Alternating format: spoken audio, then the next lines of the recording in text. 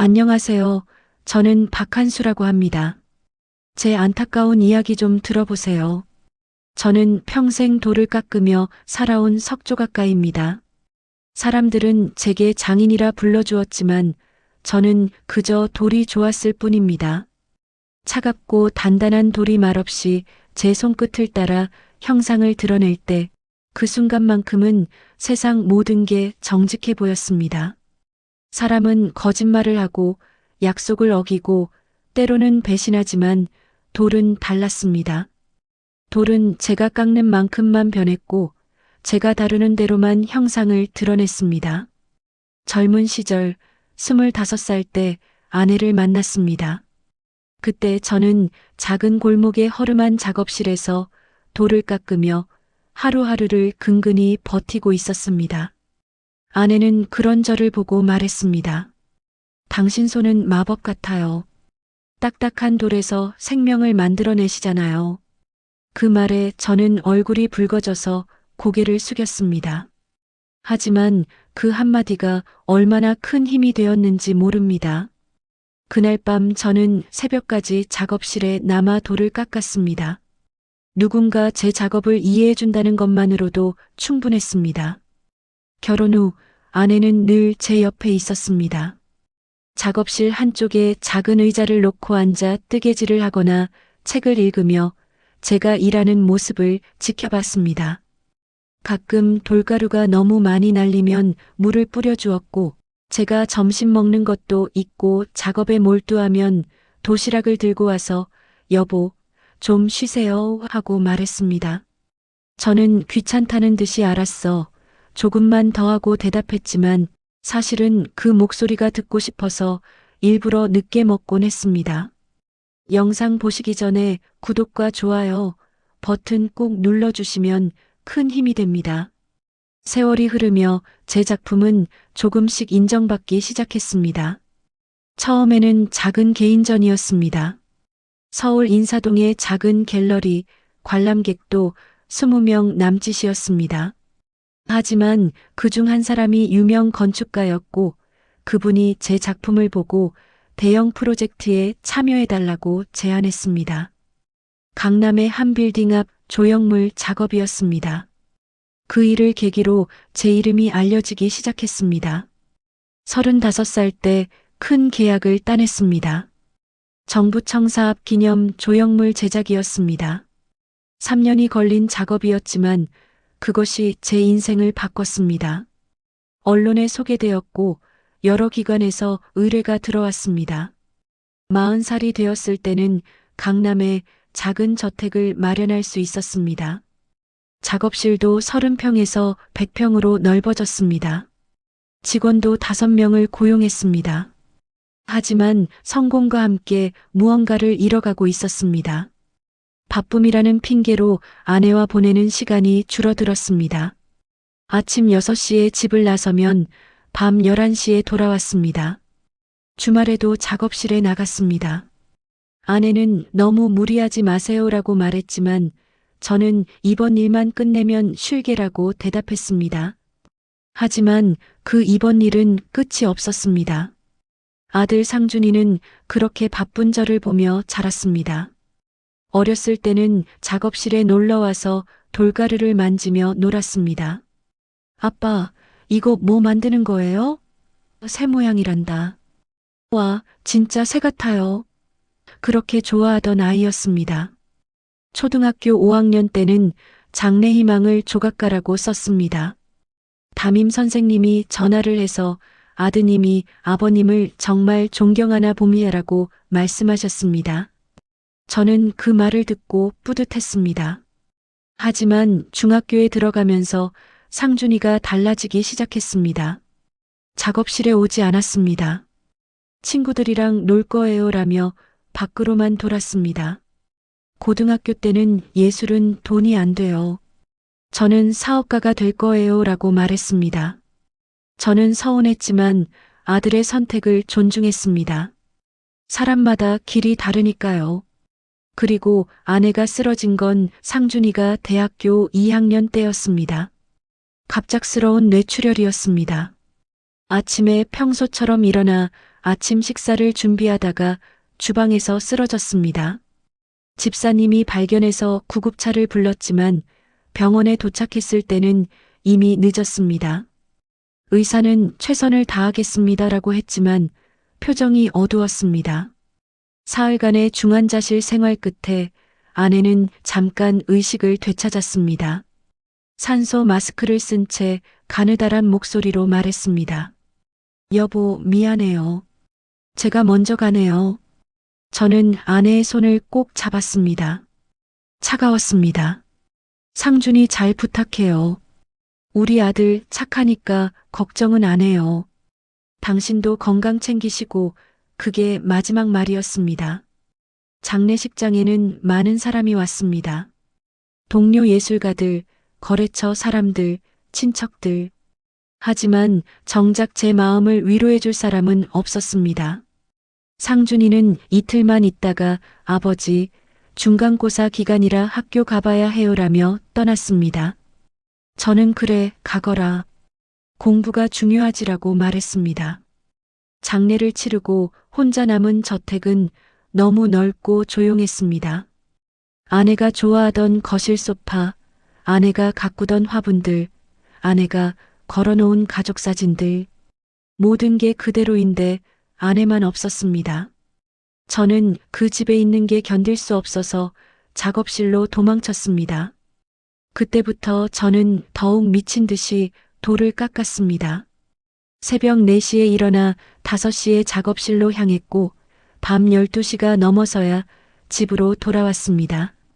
주말도 없었고 명절도 없었습니다. 직원들이 사장님 좀 쉬세요라고 말했지만 저는 괜찮아, 일이 좋으니까라고 대답했습니다. 상준이는 대학을 졸업하고 IT 회사에 취직했습니다. 아버지, 저 좋은 회사 들어갔어요. 연봉도 괜찮아요. 저는 축하한다고 말했습니다. 하지만 그 후로 상준이는 더욱 뜸해졌습니다.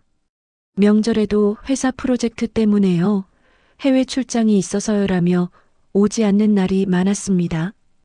전화를 해도 지금 회의 중이에요. 나중에 다시 드릴게요라는 말만 반복했습니다. 저는 이해하려고 애썼습니다. 젊은 사람은 바쁜 법이니까요. 저도 젊었을 때 일에만 매달렸으니까요.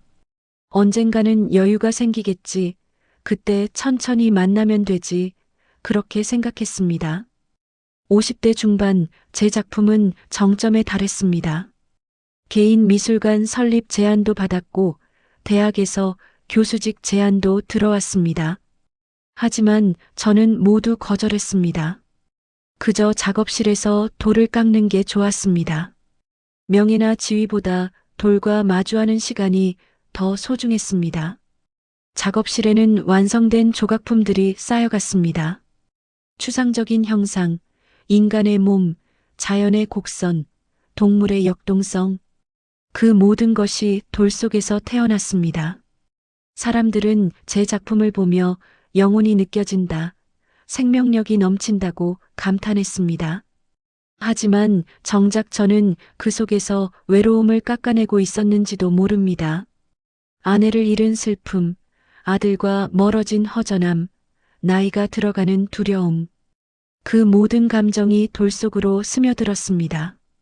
60 중반이 되었을 때 상준이가 결혼한다는 소식을 전해왔습니다.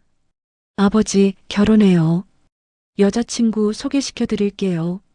저는 만났습니다. 지원이라는 이름의 여자였습니다. 예쁘고 똑똑해 보였습니다. 아버님, 잘 부탁드립니다라고 인사했습니다. 저는 잘 살아라라고 말했습니다. 결혼식은 성대했습니다. 특급 호텔에서 300명이 넘는 하객이 왔습니다. 저는 주례사를 듣는 내내 아내 생각이 났습니다. 아내가 살아있었다면 얼마나 좋아했을까. 며느리 손을 잡고 이것저것 챙겨주었을 텐데. 그 생각에 눈시울이 뜨거워졌습니다. 신혼여행을 다녀온 후 상준이 부부는 저를 찾아왔습니다. 아버지, 잘 지내세요? 응, 잘 지낸다. 어색한 대화였습니다. 며느리는 집안을 둘러보며 아버님, 집이 정말 크시네요라고 말했습니다. 저는 그래, 혼자 살기엔 너무 크지라고 대답했습니다. 그 후로도 상준이 부부는 가끔 찾아왔습니다. 한 달에 한 번 정도 밥을 먹고 차를 마시고 한두 시간 있다가 갔습니다. 저는 그것만으로도 감사했습니다. 아들이 부모를 잊지 않고 찾아와 주는 것만으로도 70이 되던 해 가을 작업실에서 이상한 느낌을 받았습니다. 거대한 화강암을 깎고 있었는데 오른쪽 시야가 뿌옇게 흐려지는 것 같았습니다. 눈을 비벼봤지만 나아지지 않았습니다. 피곤해서 그런가 보다 싶어서 넘어갔습니다. 하지만 며칠 후에도 증상이 계속되었습니다. 아니, 더 심해졌습니다. 도래결이 제대로 보이지 않았습니다. 정을 찍어야 할 위치를 가늠하기 어려웠습니다. 그제야 저는 두려워졌습니다. 병원에 가야겠다고 생각했습니다. 하지만 혼자 가기는 싫었습니다. 상준이에게 전화를 걸까 망설이다가 결국 혼자 택시를 타고 병원으로 향했습니다. 창밖 풍경이 흐릿하게 보였습니다. 제 눈이 문제인지 세상이 흐려진 건지 알 수 없었습니다. 그날 저는 처음으로 깨달았습니다. 제가 평생 믿어온 돌, 그 정직함과 단단함이 곧 흔들리게 될지도 모른다고. 돌을 볼 수 없다면 저는 누구란 말인가. 조각가 박한수는 사라지고 그저 늙은 노인만 남는 게 아닐까? 그날 밤 저는 혼자 저택 거실에 앉아 아내가 좋아하던 국화차를 마셨습니다. 식어버린 차 한 모금이 목구멍을 타고 내려갔습니다. 쓰디쓴 맛이었습니다. 창밖으로 강남의 불빛이 반짝였지만 그 빛은 제게 닿지 않았습니다. 저는 컵을 내려놓고 다시 작업실로 향했습니다. 돌만이 아직은 저를 배신하지 않을 테니까요. 아직은 제 손끝이 살아있으니까요. 세상이 흐릿해지기 시작한 건 그해 10월 중순이었습니다. 단풍이 물들기 시작하던 어느 아침 작업실에서 평소처럼 돌을 깎고 있었습니다. 오전 9시쯤이었습니다. 햇빛이 창문을 통해 들어와 작업대를 비추고 있었습니다. 저는 50kg짜리 대리석 앞에 앉아 정을 들고 있었습니다. 인간의 얼굴을 형상화하는 작업이었습니다. 그런데 갑자기 오른쪽 눈의 시야가 안개가 낀 것처럼 뿌옇게 변했습니다. 처음에는 먼지가 눈에 들어간 줄 알았습니다. 눈을 깜빡이고 비벼봤지만 달라지지 않았습니다. 왼쪽 눈으로는 괜찮았지만 오른쪽은 확실히 이상했습니다. 작업을 멈추고 화장실로 가서 거울을 봤습니다. 겉으로는 아무 이상이 없었습니다. 충혈도 없고 눈곱도 없었습니다. 피곤해서 그런가 보다. 저는 그렇게 생각하며 다시 작업실로 돌아왔습니다. 하지만 작업을 계속하기가 어려웠습니다. 입체감이 떨어지고 거리 감각이 이상했습니다. 결국 그날은 일찍 작업을 마치고 집으로 돌아왔습니다. 이틀, 사흘이 지나도 증상은 사라지지 않았습니다. 오히려 조금씩 심해지는 것 같았습니다. 일주일이 지났을 때 왼쪽 눈도 약간 흐려지기 시작했습니다. 이제는 더 이상 방치할 수 없었습니다. 결국 강남의 한 대학병원 안과를 찾았습니다. 10월 23일 화요일 오후 2시였습니다.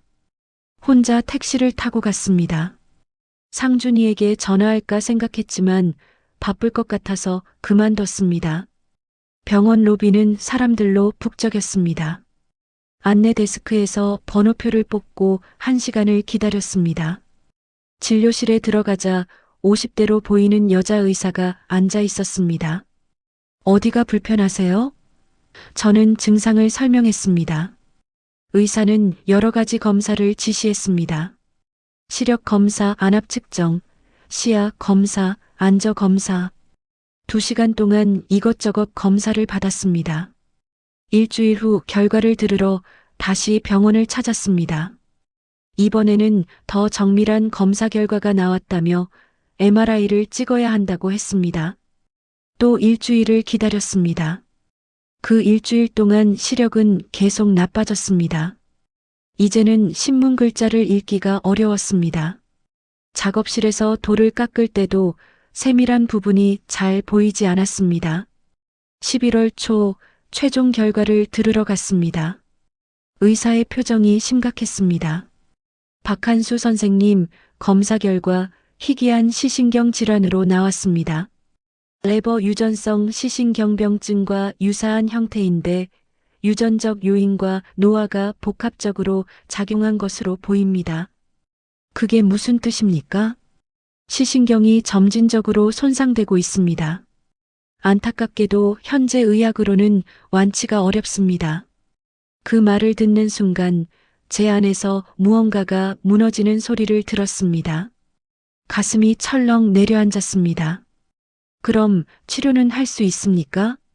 진행 속도를 늦출 수는 있습니다. 약물 치료와 정기적인 모니터링이 필요합니다. 하지만 이미 손상된 시신경을 회복시키기는 어렵습니다. 얼마나 남았습니까? 제 시력이. 의사는 잠시 망설이다가 대답했습니다. 개인차가 있지만 현재 진행 속도로 보면 6개월에서 1년 정도면 대부분의 시력을 잃을 수 있습니다. 빠르면 석 달 안에 일상생활이 어려워질 수도 있습니다. 석 달, 6개월, 1년. 그 숫자들이 머릿속에서 맴돌았습니다. 평생 돌을 보며 살아온 제게 더 이상 돌을 볼 수 없다는 것은 죽음과 같았습니다. 다른 방법은 없습니까? 수술이라든가. 죄송합니다. 이 질환의 경우 수술로 해결할 수 있는 문제가 아닙니다. 해외에서 실험적인 치료법들이 연구되고 있기는 하지만 아직 검증되지 않았습니다. 병원을 나서는 길 햇빛이 눈부셨습니다. 아니, 눈부신 게 아니라 번졌습니다. 세상의 윤곽이 흐려지고 사람들의 얼굴이 제대로 보이지 않았습니다. 길을 건너는데 신호등 색깔을 구분하기 어려웠습니다. 옆 사람이 부축해줘서 겨우 건넜습니다.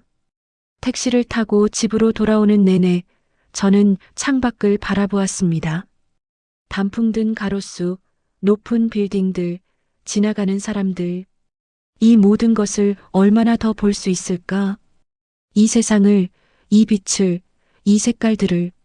집에 도착해서도 작업실로 향했습니다. 하지만 문을 열고 들어서는 순간 발이 멈췄습니다. 작업대 위에 놓인 돌덩이, 벽에 걸린 도구들, 구석에 쌓인 완성된 작품들. 모든 게 평소와 같았지만 제게는 이미 달라 보였습니다. 정을 집어들었습니다. 평생 쥐어온 도구였습니다. 하지만 손이 떨렸습니다. 돌 앞에 섰지만 어디를 깎아야 할지 보이지 않았습니다. 아니, 보이기는 했지만 확신이 없었습니다. 실수로 손을 다치면 어쩌나. 형상을 제대로 만들지 못하면 어쩌나. 결국 정을 내려놓았습니다. 평생 처음으로 돌 앞에서 무기력함을 느꼈습니다. 그날 밤 잠이 오지 않았습니다. 침대에 누워 천장을 바라보았습니다. 희미하게 보이는 천장. 얼마 후면 그것조차 보이지 않을 것입니다. 암흑, 완전한 어둠. 그 속에서 저는 무엇을 할 수 있을까? 새벽 3시 저는 일어나 거실로 갔습니다. 아내 사진이 걸려 있는 벽 앞에 섰습니다. 흐릿하게 보이는 아내의 얼굴. 여보, 나 어떻게 해야 하오? 이제 아무것도 할 수 없을 것 같소? 대답은 없었습니다. 사진 속 아내는 그저 미소 짓고 있을 뿐이었습니다. 다음 날 저는 처음으로 상준이에게 먼저 전화를 걸었습니다. 제가 아들에게 먼저 전화하는 일은 거의 없었습니다. 벨이 5번쯤 울린 후 상준이가 받았습니다. 배경에서 사무실 소음이 들렸습니다. 아버지, 무슨 일이세요? 지금 회의 중인데. 상준아, 아버지 눈이 좀 안 좋아졌다. 네? 눈이요? 얼마나 안 좋으신데요? 병원에 갔더니 희귀한 병이라는구나. 시신경이 손상되고 있대. 의사 말로는 석 달에서 6개월 안에 시력을 많이 잃을 수도 있다고 하더구나. 전화기 너머로 침묵이 흘렀습니다. 배경 소음도 잠시 멈춘 것 같았습니다. 10초쯤 지나서 상준이가 말했습니다.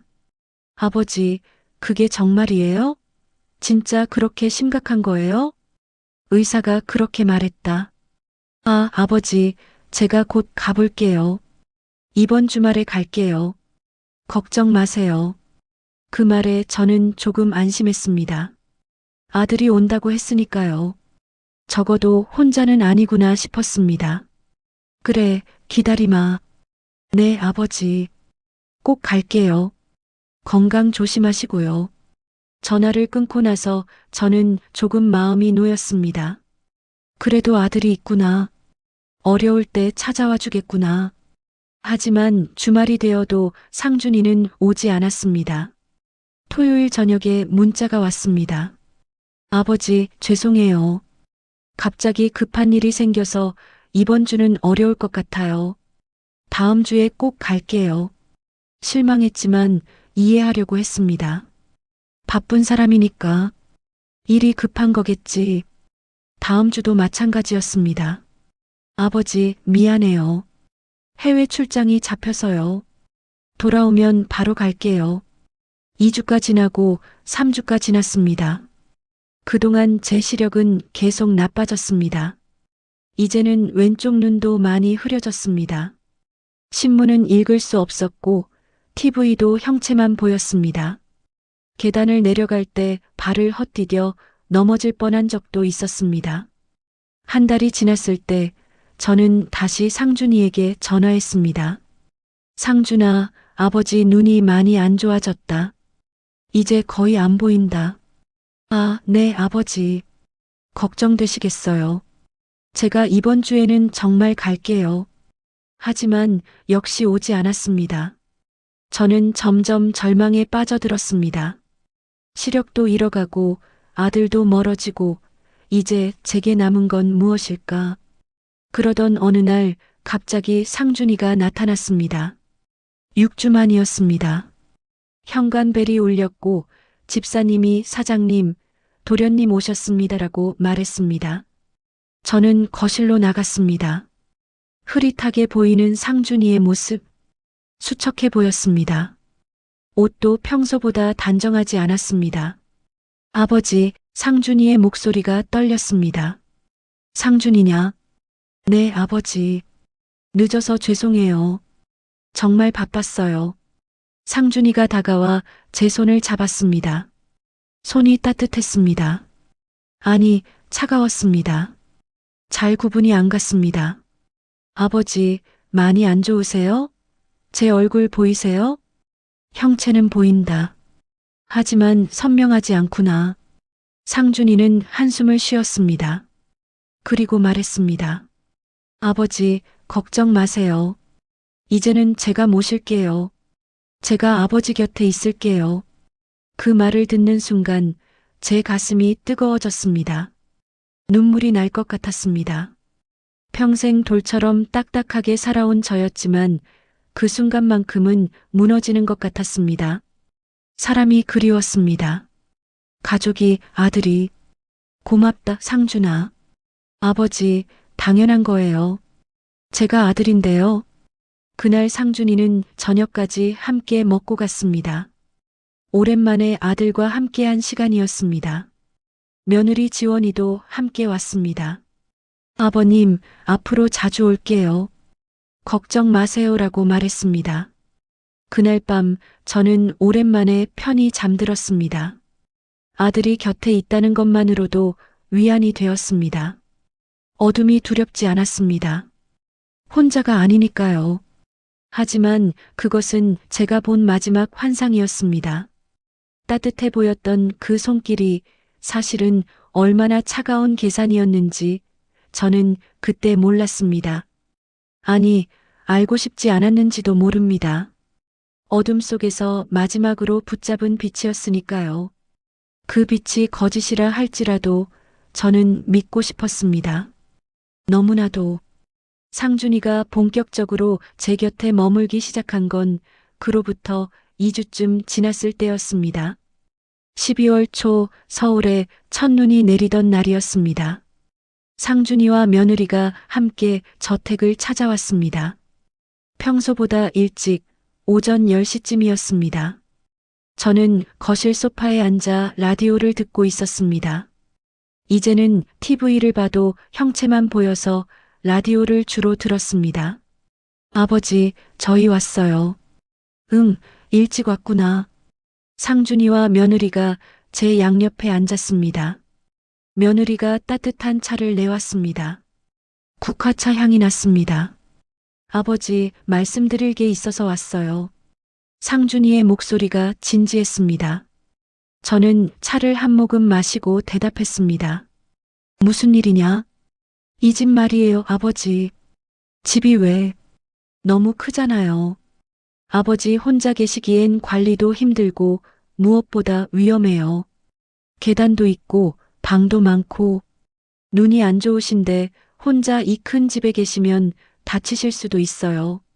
그 말도 일리가 있었습니다. 실제로 며칠 전에 계단에서 발을 헛디뎌 넘어질 뻔했습니다. 집사님이 잡아줘서 다행이었지만 혼자였다면 큰일 날 뻔했습니다. 그래서 어쩌자는 거냐? 집을 정리하는 게 어떨까 해요. 더 안전하고 편한 곳으로 모시려고요. 1층짜리 작은 집이나 좋은 요양시설 같은데요. 저는 잠시 망설였습니다. 이 집은 아내와 함께 산 지 20년이 넘은 곳이었습니다.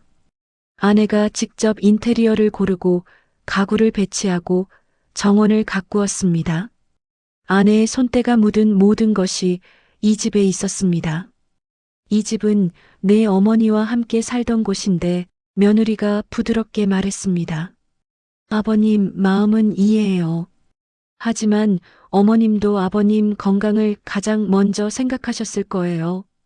지금은 안전이 우선이잖아요. 치료비도 많이 들 거고요. 상준이가 거들었습니다. 지금 다니시는 병원에서 신약 치료를 권하셨다고 하셨잖아요. 그게 한 달에 300만 원이 넘는다면서요. 6개월이면 2천만 원이 넘어요. 거기다 간병인 고용하고 편의시설 개조하고 재활 치료받고 하면 돈이 엄청 들어요. 집을 정리하면 여유가 생겨요. 아버지 노후 자금도 넉넉하게 확보하고 최고의 치료도 받으실 수 있어요. 두 사람의 말을 듣고 있자니 그것도 맞는 말 같았습니다. 제 고집 때문에 제대로 된 치료를 못 받는다면 그것도 어리석은 일일 것입니다. 그래, 내 말도 일리가 있구나. 정말이에요, 아버지? 동의하세요? 응, 너희가 알아서 해라. 나는 이제 잘 안 보이니까 판단하기 어렵다.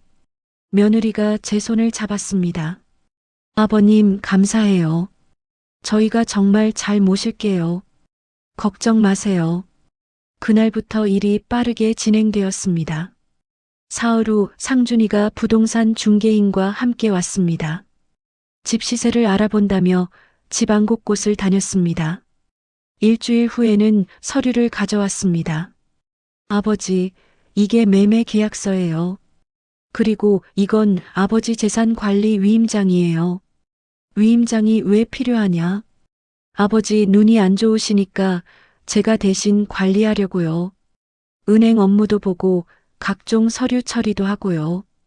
그게 더 편하실 거예요. 흐릿한 눈으로 서류를 보니 빽빽하게 글자가 적혀 있었지만 제대로 읽을 수 없었습니다. 상준이가 내용을 설명해 줬습니다. 여기 사인하시면 돼요. 도장 찍으시면 되고요. 내 어머니 일 때 썼던 도장 어디 있더라.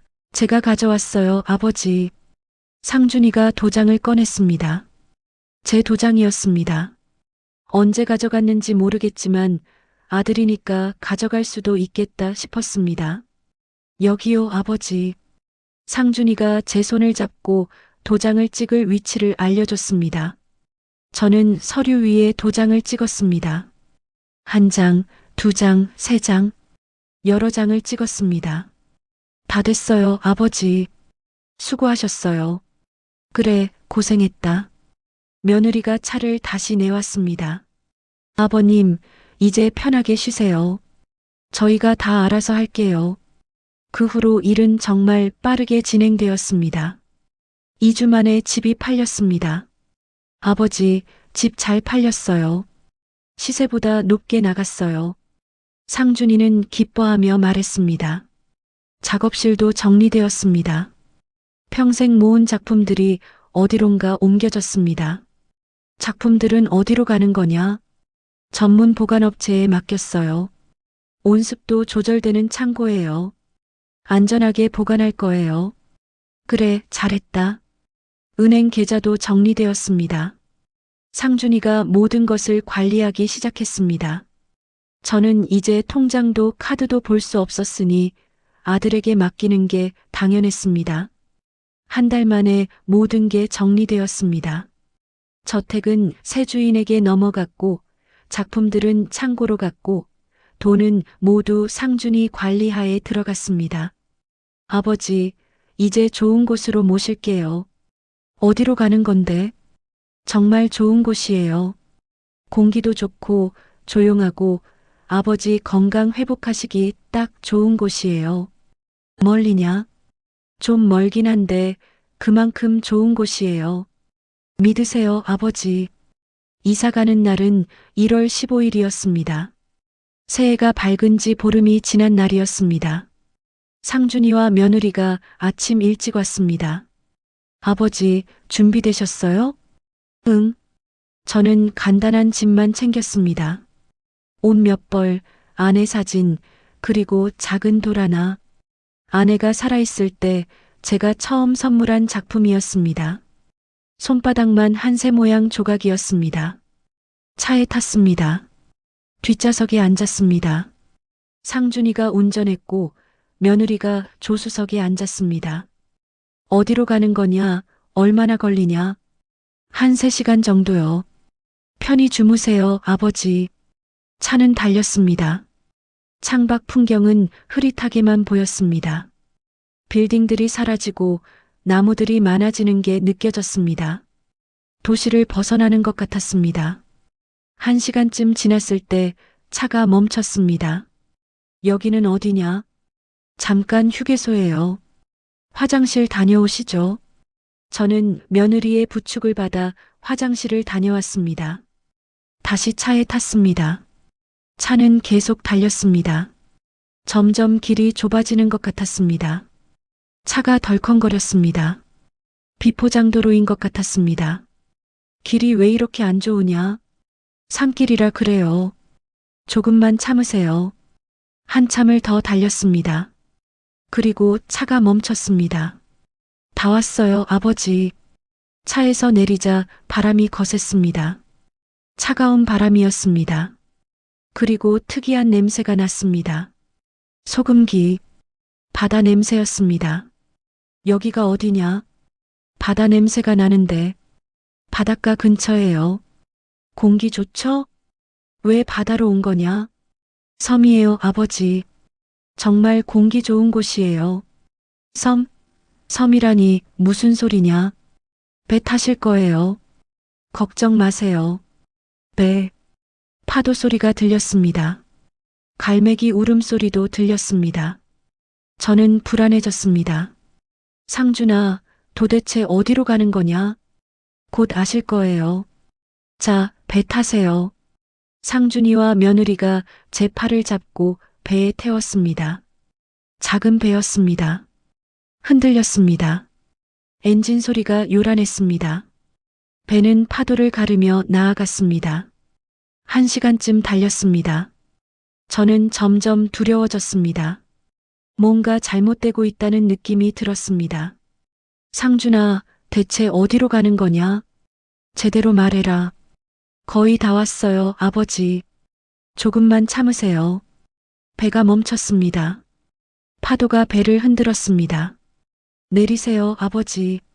배에서 내리자 발밑이 축축했습니다. 모래였습니다. 해변이었습니다.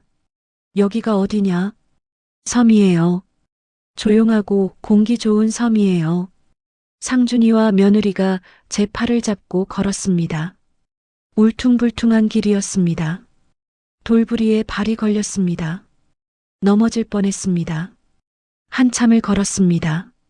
그리고 무언가 녹슨 철문이 삐걱 소리를 내며 열렸습니다. 여기가 어디냐? 아버지가 지내실 곳이에요. 안으로 들어갔습니다. 축축하고 퀴퀴한 냄새가 났습니다. 먼지 냄새, 곰팡이 냄새. 이게 무슨 냄새냐? 여기가 대체 어디냐? 폐교예요. 폐교? 폐교라니 무슨 소리냐? 폐교인데 리모델링하면 쓸만해요. 여기서 좀 쉬세요, 아버지. 상준아, 장난하는 거냐? 제대로 말해라. 상준이는 대답하지 않았습니다. 그리고 발소리가 멀어졌습니다. 상준아, 어디 가냐? 상준아. 철문이 닫히는 소리가 들렸습니다. 삐걱, 쾅. 상준아, 상준아. 밖에서 며느리 목소리가 들렸습니다. 아버님, 저희 서울 가서 치료비 마련하고 올게요. 여기서 좀 쉬세요. 뭐라고? 치료비? 무슨 소리냐? 돌아와라. 문 열어라. 하지만 대답이 없었습니다. 발소리가 멀어졌습니다. 배 엔진 소리가 들렸습니다. 점점 작아졌습니다. 그리고 사라졌습니다. 저는 그 자리에 서서 귀를 기울였습니다. 파도 소리, 바람 소리, 갈매기 울음소리, 그뿐이었습니다. 손을 뻗어 주위를 더듬었습니다. 차가운 벽, 깨진 유리창, 바닥에는 먼지와 부서진 나무 조각들. 상준아, 상준아. 불러봤지만 대답이 없었습니다. 다시 불렀습니다. 목이 쉬도록 불렀습니다. 하지만 아무도 대답하지 않았습니다. 그제야 깨달았습니다. 아들이 저를 버렸다는 것을, 효심이 아니라 탐욕이었다는 것을, 따뜻한 손길이 아니라 차가운 계산이었다는 것을, 재산을 모두 가져가고 눈먼 늙은 아버지를 무인도에 버린 것입니다. 저는 바닥에 주저앉았습니다. 차가운 콘크리트 바닥이 엉덩이를 식혔습니다. 눈물이 났습니다. 평생 돌을 깎으며 눈물 한 번 흘리지 않았던 제가 그 순간은 울었습니다. 아내가 떠날 때도 울지 않았는데 아들에게 버려진 이 순간은 눈물이 멈추지 않았습니다. 배신감, 분노, 슬픔, 허무함. 모든 감정이 뒤섞여 목을 막았습니다. 이놈의 자식, 이놈의 자식, 욕을 해봤지만 들을 사람이 없었습니다. 주먹으로 바닥을 쳤습니다. 아팠습니다. 손에서 피가 났습니다. 하지만 마음의 아픔에 비하면 아무것도 아니었습니다. 밤이 되었습니다. 칠흑 같은 어둠이었습니다. 하지만 제게는 상관없었습니다. 어차피 저는 이미 어둠 속에 있었으니까요. 추웠습니다. 바람이 깨진 창문으로 들어왔습니다. 저는 벽에 기대어 몸을 웅크렸습니다. 이렇게 죽는구나. 그 생각이 들었습니다. 굶어 죽거나 얼어 죽거나 병들어 죽거나. 하지만 그날 밤 저는 죽지 않았습니다. 추위와 배고픔과 절망 속에서도 제 심장은 계속 뛰었습니다. 돌은 절대 저를 배신하지 않았습니다. 하지만 사람은 달랐습니다. 그것도 제 피를 나눈 아들이, 제가 평생 믿었던 단 하나의 가족이. 새벽이 밝았습니다. 희미하게 빛이 느껴졌습니다. 저는 일어났습니다. 온몸이 뻐근했습니다. 하지만 살아있었습니다. 살아야 한다. 어떻게든 살아야 한다. 그 생각만이 저를 지탱했습니다. 복수를 위해서가 아니었습니다. 그냥 이렇게는 죽을 수 없다는 생각이었습니다. 저는 손으로 주위를 더듬기 시작했습니다. 제 새로운 삶이, 아니 생존이 시작되는 순간이었습니다. 첫날 아침은 지옥이었습니다. 눈을 떴지만 보이는 것은 희미한 빛뿐이었습니다. 몸은 얼어붙은 것처럼 굳어 있었고 입안은 바짝 말랐습니다. 배는 고팠고 온몸이 아팠습니다. 하지만 가장 큰 고통은 육체적인 것이 아니었습니다. 배신당했다는 사실, 버려졌다는 현실, 그것이 가장 아팠습니다. 하지만 울고만 있을 수는 없었습니다. 살아야 했습니다. 어떻게든. 저는 일어나 주위를 더듬기 시작했습니다. 벽을 따라 천천히 걸었습니다. 교실이었습니다. 낡은 책상들이 여기저기 쓰러져 있었습니다. 칠판도 있었습니다. 깨진 유리창에서 차가운 바람이 들어왔습니다. 복도로 나갔습니다. 손으로 벽을 짚으며 한 발 한 발 걸었습니다. 교실이 몇 개 더 있었습니다.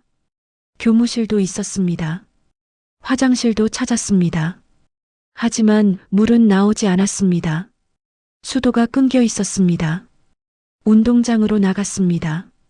발밑에 풀이 느껴졌습니다. 바람이 불었습니다. 짠 바다 냄새가 났습니다. 사람 있어요. 누구 없어요. 목이 터져라 소리쳤습니다. 하지만 돌아오는 것은 메아리뿐이었습니다. 파도 소리, 갈매기 울음소리만 들렸습니다. 1시간쯤 운동장을 돌며 소리쳤습니다. 하지만 아무도 없었습니다. 완전한 무인도였습니다. 목이 말랐습니다. 물을 찾아야 했습니다. 건물로 돌아가 화장실을 다시 찾았습니다. 수도꼭지를 돌렸지만 역시 물이 나오지 않았습니다. 밖으로 나갔습니다. 빗물 받는 양철통이 있을 것 같았습니다. 손으로 더듬으며 건물 주변을 돌았습니다. 그리고 찾았습니다. 커다란 양철통이었습니다. 뚜껑을 열었습니다. 물이 있었습니다. 손으로 떠서 냄새를 맡았습니다. 녹물 냄새가 났습니다. 하지만 마셔야 했습니다. 조심스럽게 한 모금 마셨습니다. 쇳물 맛이 났지만 목을 적셨습니다. 배가 고팠습니다. 먹을 것을 찾아야 했습니다. 운동장을 더듬으며 걸었습니다. 풀이 있었습니다. 한 움큼 뜯었습니다. 입에 넣어봤습니다. 쓰고 떨궜습니다. 하지만 삼켰습니다. 토할 것 같았지만 참았습니다. 첫날은 그렇게 지나갔습니다. 둘째 날 저는 좀 더 체계적으로 움직이기 시작했습니다. 아침에 일어나자마자 빗물을 마셨습니다. 그리고 운동장을 돌며 먹을 수 있는 풀을 찾았습니다. 쑥 같은 것도 있었고 민들레 같은 것도 있었습니다. 조금씩 뜯어 먹었습니다. 오후에는 건물을 더 자세히 탐색했습니다. 창고를 발견했습니다. 낡은 도구들이 있었습니다. 삽, 호미, 낫. 녹슬었지만 쓸 수 있었습니다. 셋째 날 바닷가를 찾아갔습니다. 파도 소리를 따라 걸었습니다. 10분쯤 걸으니 모래가 느껴졌습니다. 파도가 발을 적셨습니다. 무릎을 꿇고 모래를 만졌습니다. 그리고 무언가 단단한 것을 느꼈습니다. 조개였습니다. 주워서 입에 넣어봤습니다. 짜고 비렸지만 먹을 수 있었습니다. 1시간 동안 조개를 주웠습니다. 주머니 가득 담았습니다. 그날 저녁은 조개를 먹었습니다. 날 것이었지만 그동안 먹은 풀보다는 나았습니다. 일주일이 지났습니다. 저는 점점 익숙해졌습니다. 보이지 않는 눈 대신 손과 발, 귀가 발달했습니다. 파도 소리의 방향으로 바다를 찾았습니다. 풀 냄새를 따라 먹을 것을 찾았습니다. 바람의 온도로 날씨를 짐작했습니다. 2주쯤 지났을 때 저는 생존의 루틴을 만들었습니다. 아침에 일어나면 빗물을 마셨습니다. 그리고 바닷가로 가서 조개를 주웠습니다. 운동장에서 풀을 뜯었습니다. 낮에는 건물에서 쉬었습니다. 저녁에는 또 조개를 먹었습니다. 한 달이 지났습니다. 몸은 많이 야위었지만 살아있었습니다. 정신도 또렷했습니다. 처음의 충격과 분노는 가라앉았고 이제는 그저 하루하루를 버티는 것에 집중했습니다. 그러던 어느 날 바닷가를 걷다가 돌을 만났습니다. 파도에 깎인 매끄러운 돌이었습니다. 손바닥만 한 크기였습니다. 손에 쥐는 순간 무언가가 가슴을 쳤습니다. 그리웠습니다. 제 평생의 친구, 돌이. 오랜만이구나. 돌에게 말을 걸었습니다. 대답은 없었지만 그 차가운 침묵이 오히려 위로가 되었습니다. 저는 그날부터 돌을 모으기 시작했습니다. 매일 바닷가를 더듬으며 돌을 주웠습니다. 크기도 모양도 무게도 제각각이었습니다. 하지만 손끝으로 느끼는 그 감촉은 거짓말하지 않았습니다. 한 주일 동안 돌을 모았습니다. 수십 개가 되었습니다. 폐교 운동장으로 옮겼습니다. 그리고 쌓기 시작했습니다. 보이지 않았지만 손끝은 알았습니다. 균형, 무게중심, 결. 평생 해온 일이었습니다. 이 돌 위에 저 돌을 올리면 어떻게 될지 손끝만으로도 알 수 있었습니다. 첫 번째 돌탑을 세웠습니다. 3개의 돌이 쌓였습니다. 무너지지 않았습니다. 손으로 만져보니 단단했습니다. 그래, 이거야. 저는 계속했습니다. 둘째, 셋째, 넷째 돌탑을 세웠습니다. 매일 아침 바닷가에 가서 돌을 주웠고 오후에는 운동장에서 돌을 쌓았습니다. 처음에는 그저 살기 위해서였습니다. 미치지 않기 위해서였습니다. 하지만 시간이 지나며 그것은 제 유일한 대화 상대가 되었습니다. 오늘은 내가 여기 가면 되겠구나. 아니다. 이건 너무 무겁다. 여기는 안 돼. 그래, 이 자리가 내 자리다. 돌과 대화했습니다. 대답은 없었지만 그 침묵 속에서 저는 위안을 찾았습니다. 2달이 지났습니다. 운동장에는 돌탑들이 서기 시작했습니다. 10개, 20개, 30개. 점점 늘어났습니다. 어느 날 폭풍이 왔습니다. 먹구름이 몰려왔습니다. 기압이 낮아지는 게 느껴졌습니다. 바람이 거세졌습니다. 폭풍이 오는구나. 저는 서둘러 건물로 돌아갔습니다. 교실 구석에 웅크렸습니다. 밤이 되자 폭풍이 섬을 덮쳤습니다. 파도가 건물까지 밀려왔습니다. 바람이 지붕을 날릴 듯 요란했습니다. 유리창이 깨지는 소리가 들렸습니다. 저는 벽에 몸을 붙이고 버텼습니다. 죽을 수도 있다는 생각이 들었습니다. 하지만 두렵지 않았습니다. 이렇게 죽는다면 그것도 운명이겠지. 밤새 폭풍이 몰아쳤습니다. 새벽이 되어서야 잠잠해졌습니다. 날이 밝았습니다. 저는 밖으로 나갔습니다. 운동장으로 갔습니다. 손으로 더듬었습니다. 돌탑들이 무너져 있었습니다. 바람에 쓰러진 것입니다. 아, 한숨이 나왔습니다. 하지만 포기하지 않았습니다. 그래, 다시 세우면 되지. 저는 그날부터 다시 돌을 모았습니다. 무너진 탑을 다시 세웠습니다. 이번에는 더 단단하게, 더 낮게 세웠습니다. 바람에 견딜 수 있도록. 3달이 지났습니다.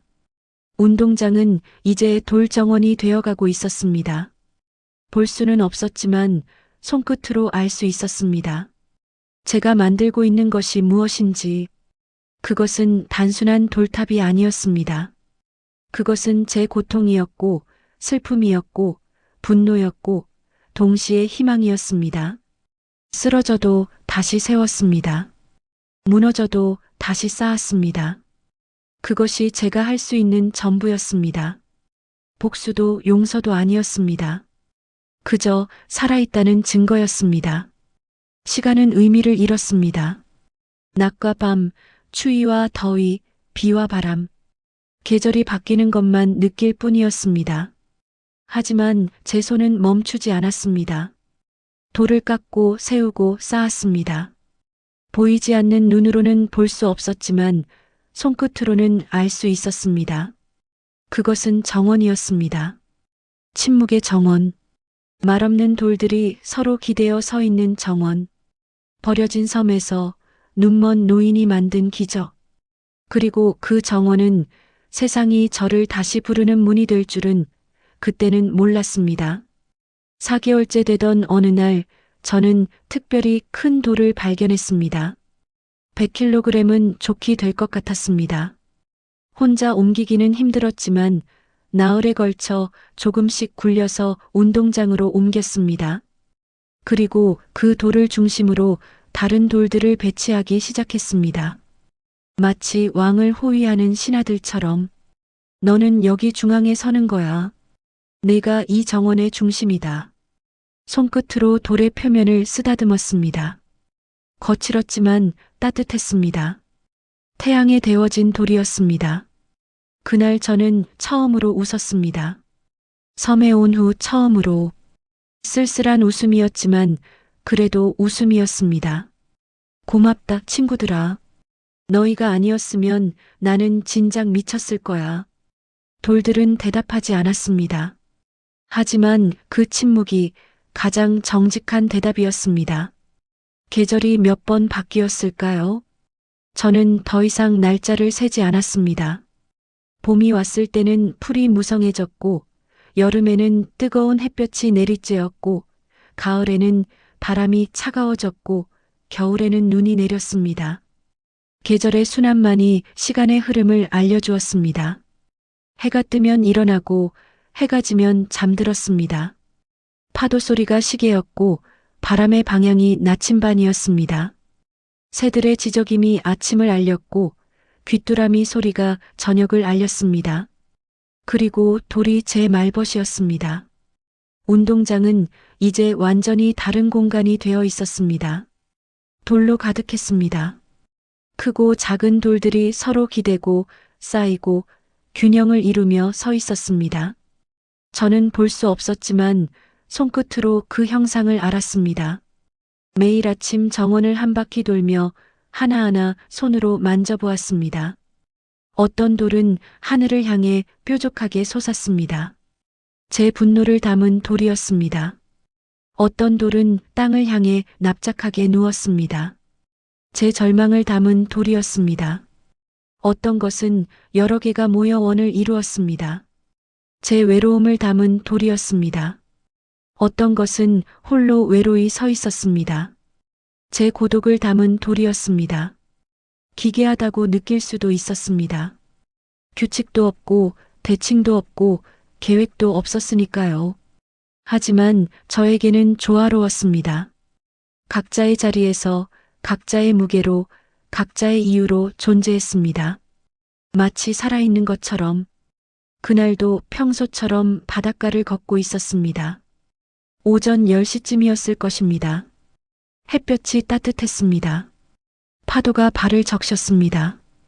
조개를 주우며 걷고 있었습니다. 그런데 이상한 느낌이 들었습니다. 파도가 유난히 거셌습니다. 바람도 강했습니다. 기압이 급격히 낮아지는 게 느껴졌습니다. 공기가 무거웠습니다. 또 폭풍이 오는구나. 저는 서둘러 조개를 주머니에 넣고 건물로 돌아갔습니다. 하늘이 어두워지는 게 희미하게 느껴졌습니다. 오후가 되자 바람이 더 거세졌습니다. 나뭇가지가 부러지는 소리가 들렸습니다. 파도 소리가 점점 커졌습니다. 천둥 소리도 들렸습니다. 저녁이 되기 전에 건물 안으로 들어갔습니다. 창고에서 찾은 낡은 담요를 몸에 둘렀습니다. 교실 구석 가장 안쪽 벽에 몸을 붙였습니다. 밤이 되자 거대한 태풍이 섬을 덮쳤습니다. 이전에 겪었던 폭풍보다 훨씬 강했습니다. 건물 전체가 흔들렸습니다. 지붕이 날아가는 소리가 들렸습니다. 유리창이 산산조각 나며 깨졌습니다. 벽에 금이 가는 소리도 들렸습니다. 파도가 육지까지 밀려왔습니다. 물이 건물 안으로 들어왔습니다. 발목까지 차올랐습니다. 저는 책상 위로 올라갔습니다. 바람이 괴물처럼 울부짖었습니다. 천둥이 귀를 찢을 듯 울렸습니다.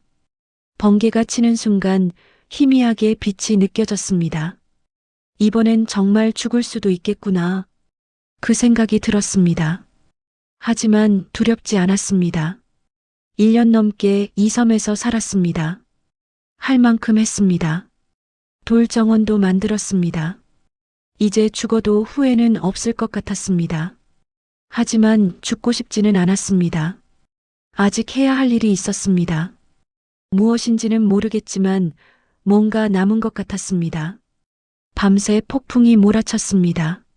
저는 책상 위에서 웅크린 채 버텼습니다. 추웠습니다. 젖었습니다.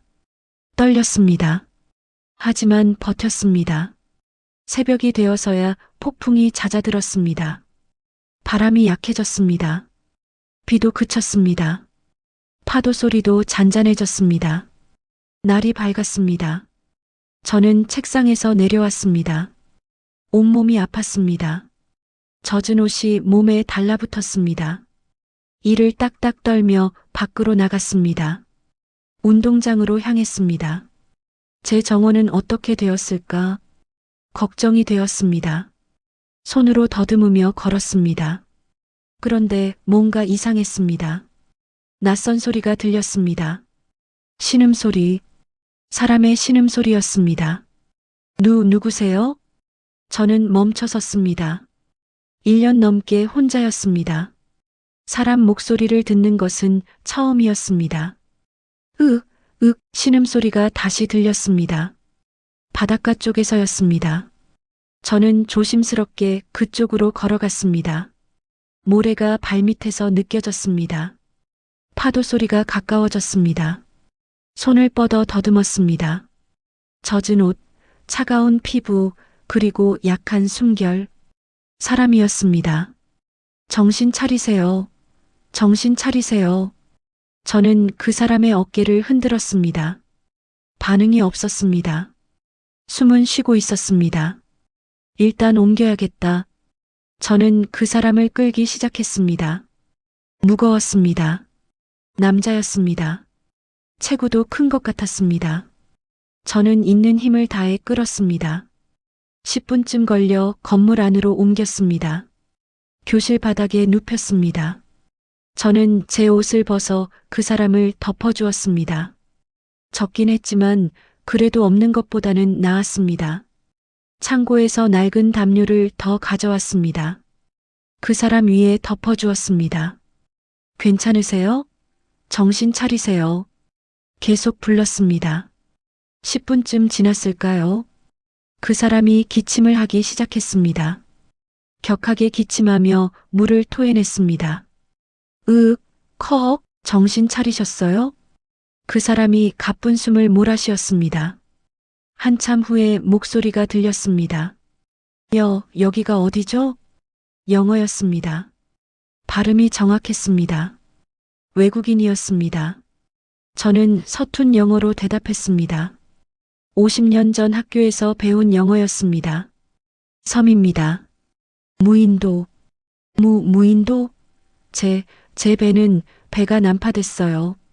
폭풍 때문에 이 섬으로 밀려오신 것 같습니다. 당신은 누구시죠?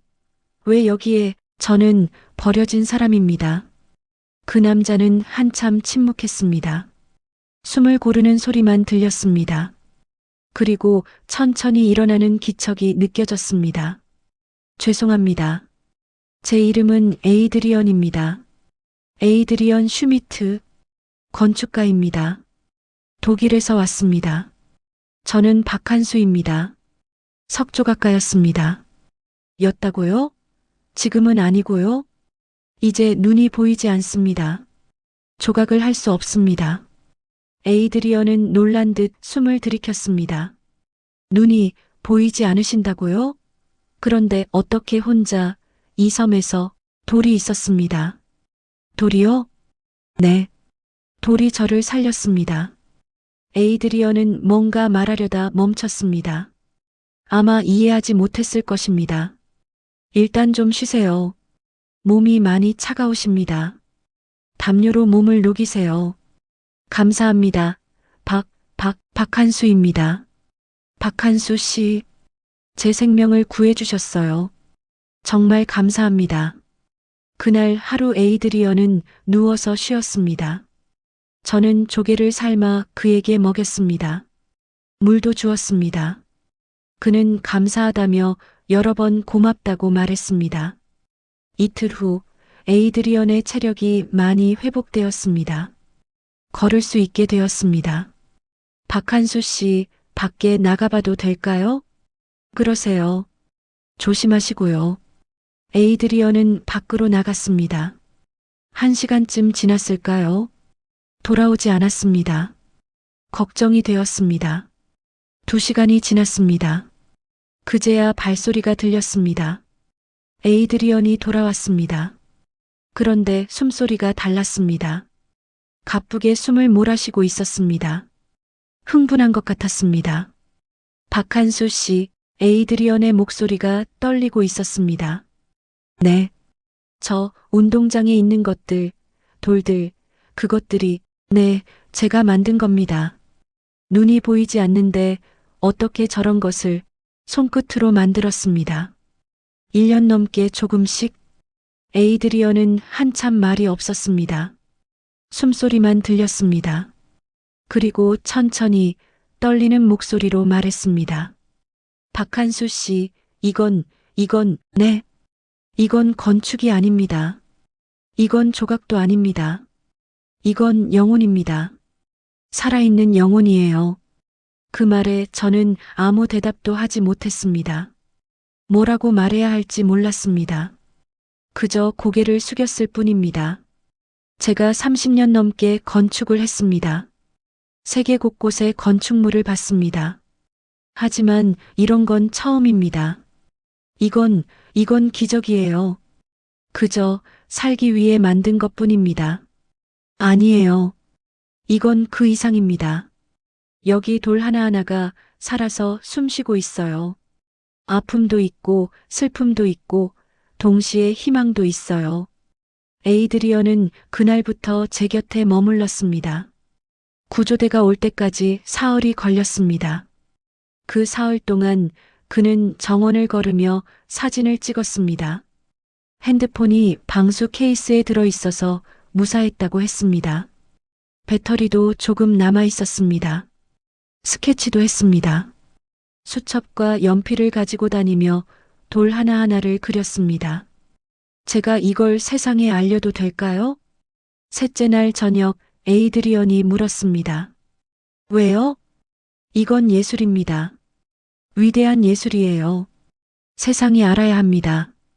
이런 게 존재한다는 것을, 사람이 이런 걸 만들 수 있다는 것을. 저는 대답하지 않았습니다. 세상 같은 건 이미 저를 버렸으니까요. 아니, 제 아들이 저를 버렸으니까요. 세상에 알릴 필요가 뭐가 있을까요? 박한수 씨, 제 말 들으세요. 이건 당신만의 것이 아니에요.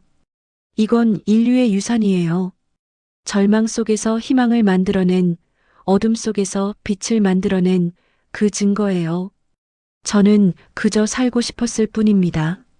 그게 더욱 위대한 겁니다. 생존을 위한 몸부림이 예술이 된 거예요. 가장 순수한 형태의 창조예요. 저는 한참을 생각했습니다. 그리고 대답했습니다. 하고 싶으신 대로 하세요. 이제 상관없습니다. 넷째 날 아침 구조 헬기가 왔습니다. 에이드리언이 조난 신고를 했고 헬기가 출동한 것입니다. 프로펠러 소리가 점점 커졌습니다. 박한수 씨, 같이 가시죠. 저는 당신을 혼자 두고 갈 수 없습니다. 함께 가셔야 해요. 저 같은 사람을 왜 당신은 위대한 예술가입니다. 그리고 이 섬에 혼자 남아있을 이유가 없어요. 세상으로 돌아가세요. 저는 망설였습니다. 세상으로 돌아간다? 저를 버린 그 세상으로? 하지만 에이드리언의 손이 제 팔을 잡았습니다. 따뜻했습니다. 진심이 느껴졌습니다. 함께 가시죠. 제가 책임지겠습니다. 제 짐이 필요한 것만 챙기세요. 나머지는 제가 다 준비하겠습니다. 저는 교실로 돌아가 아내 사진과 손바닥만 한 세 조각을 챙겼습니다. 그리고 정원으로 마지막으로 갔습니다. 돌 하나하나를 만졌습니다. 1년 넘게 제 친구가 되어준 돌들이었습니다. 고맙다, 친구들아. 너희 덕분에 살았다. 다시 올게. 꼭 다시 올게. 헬기에 탔습니다. 프로펠러가 돌아갔습니다. 몸이 떠올랐습니다. 섬이 멀어졌습니다. 볼 수는 없었지만 느낄 수 있었습니다. 제가 1년 넘게 살았던 지옥이자 천국이었던 그 섬이 멀어지고 있었습니다. 그렇게 저는 섬을 떠났습니다. 얼마 만일까요? 1년 4개월 만에 다시 사람들 사이로 돌아온 것이. 하지만 저는 알지 못했습니다. 에이드리언이 찍은 사진 한 장이 제 인생을 다시 한번 완전히 뒤집게 될 줄은, 버려진 조각가가 세계적인 예술가로 부활하게 될 줄은. 헬기 안에서 에이드리언이 제 손을 꼭 잡으며 말했습니다. 박한수 씨, 새로운 시작입니다. 당신의 진짜 인생이 이제 시작되는 겁니다. 저는 고개를 끄덕였습니다. 눈물이 흘렀습니다. 기쁨의 눈물인지 슬픔의 눈물인지 알 수 없었습니다. 아마 둘 다였을 것입니다. 에이드리언은 약속을 지켰습니다. 병원에서 2주간 회복 치료를 받는 동안 그는 바쁘게 움직였습니다. 제가 입원한 서울의 한 대학병원 병실로 매일 찾아와서 진행 상황을 알려주었습니다. 박한수 씨, 오늘 독일의 건축 잡지 바우벨트에 연락했습니다. 편집장이 엄청 관심을 보이더군요. 그게 뭔지 잘 모르겠습니다. 세계에서 가장 영향력 있는 건축 잡지 중 하나예요. 거기 실리면 전 세계 건축가와 예술가들이 다 보게 됩니다. 저는 고개를 끄덕였습니다. 사실 그게 뭔지, 왜 중요한지 잘 이해가 안 갔습니다. 1년 넘게 돌아고만 대화하다가 갑자기 세상으로 돌아오니 모든 게 낯설었습니다. 일주일 후 에이드리언이 흥분한 목소리로 말했습니다. 나왔어요. 기사가 나왔어요. 어디에요? 바우벨트 온라인판이요. 일면 톱 기사예요. 눈먼 조각가가 무인도에 만든 침묵의 정원이라는 제목으로요. 에이드리언은 기사를 읽어주었습니다. 저는 누워서 들었습니다. 제 이야기가 낯설게 들렸습니다. 마치 다른 사람 이야기 같았습니다. 그날부터 연락이 쏟아지기 시작했습니다. 이틀 후에는 미국 뉴욕타임스에서 연락이 왔습니다. 사흘 후에는 영국 가디언지에서 왔습니다. 일주일 후에는 일본 NHK에서 다큐멘터리를 만들고 싶다고 했습니다. 한국 언론도 뒤늦게 관심을 보였습니다. 조선일보, 중앙일보, 한겨레 모두 기자를 보냈습니다. 한국의 거장, 무인도에서 기적을 만들다, 버려진 조각가, 돌로 세상을 놀라게 하다 같은 제목의 기사가 쏟아졌습니다. 저는 병원 침대에 누워 그 모든 소동을 느낄 수밖에 없었습니다. 보이지 않았으니까요. 기자들이 와서 질문을 했고 저는 대답했습니다. 카메라 셔터 소리가 끊임없이 들렸습니다. 박한수 선생님, 아드님이 왜 그런 일을 했다고 생각하십니까? 박한수 선생님, 섬에서 가장 힘들었던 순간은 언제였나요? 박한수 선생님, 앞으로 계획이 어떻게 되시나요? 질문들이 쏟아졌습니다. 저는 성실하게 대답했습니다. 하지만 피곤했습니다. 한 달이 지났을 때 에이드리언이 새로운 제안을 가지고 왔습니다. 박한수 씨, 제안이 하나 있습니다. 무슨 제안입니까? 미국에 가시죠. 보스턴에 제가 아는 안과 전문의가 있습니다. 세계 최고 수준의 의사예요. 하지만 한국 의사들은 제 병은 치료가 불가능하다고. 새로운 기술입니다. 시신경 재생 치료예요. 아직 실험 단계지만 성공률이 60%가 넘습니다. 60%요? 네. 시도해 볼 가치가 있습니다. 비용은 걱정하지 마세요. 제가 아는 재단에서 후원하기로 했습니다. 저는 망설였습니다. 다시 볼 수 있다면 좋겠지만 기대했다가 실망하는 게 두려웠습니다. 당신의 예술을 당신 스스로 볼 자격이 있습니다.